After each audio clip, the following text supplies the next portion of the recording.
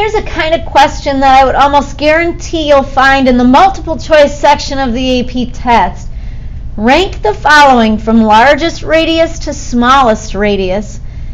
You're going to have a periodic table for both multiple choice and free response sections on the AP test. So I would start by locating these elements. Now here's kind of a partial periodic table that's given in the textbook. So for example, copper's not listed on this visual, but that's okay. We can kind of throw copper in. Copper would be in the first row of the transition metal group. So I don't know, someplace between calcium and gallium. We'll just throw in copper. Somewhere in there. Now I do like this visual because it kind of shows that in general the atoms get bigger going down a group, mainly because there's more energy levels, larger orbitals, and that shielding effect is causing a weak attraction between the nucleus and the outer valence electrons. In general, going across, the atoms get smaller because there's a greater nuclear charge. Now, the more protons in the nucleus creates a greater attractive force on the electrons. The greater attraction, the smaller the atom becomes. Okay, so we didn't have copper in this chart, but we'll just kind of throw them in there. Rubidium. Yep, we got rubidium. Germanium. There he is. Fluorine. And carbon. Okay. So one thing that I would make note of when you're trying to rank things like, radius or any of the other trends, I would know the extremes. People often think that hydrogen is the smallest atom, and I hate when they use the term smallest atom. Well, yeah, a hydrogen has the smallest mass, but the smallest radius actually belongs to helium. Yeah, they're both just filling the first energy level, the 1s orbital, with 1 or 2 electrons. But if you've got 2 protons in the nucleus, like helium does, that's going to provide a greater attraction for helium's electrons. So helium actually has the smallest radius. So be careful if you're ever using the term smallest atom. Well, what do you mean? Do you mean smallest atom by mass or smallest atom by radius? Now, and the other spectrum, now they technically don't even list our boy francium, but let's just put like a ghost francium in here. Down at the bottom, francium. He would have the largest radius.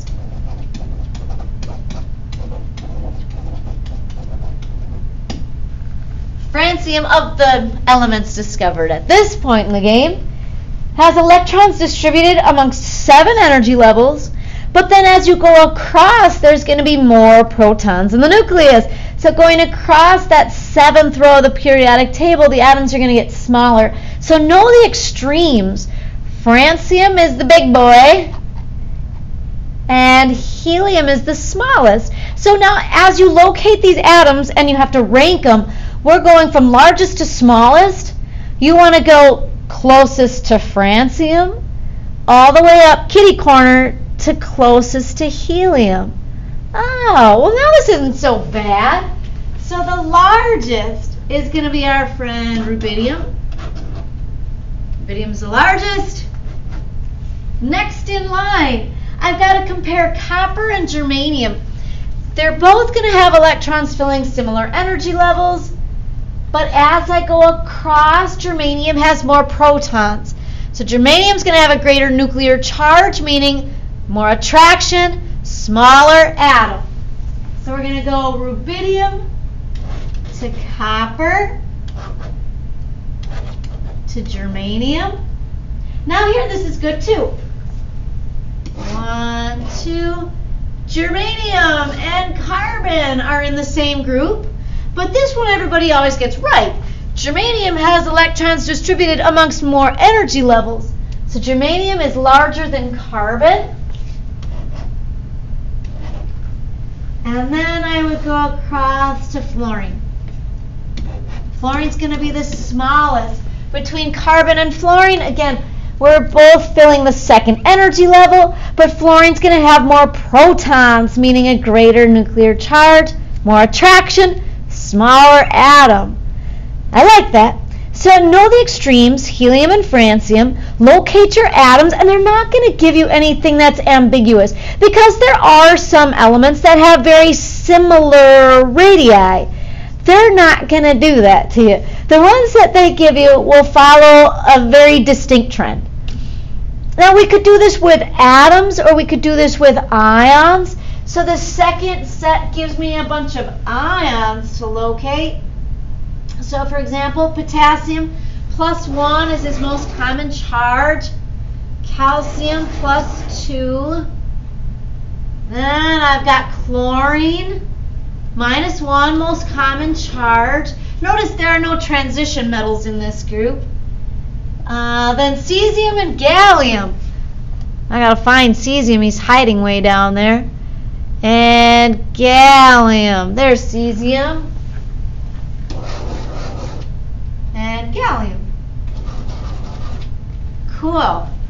Okay, so now if they give you ions, a couple things that you have to be careful of.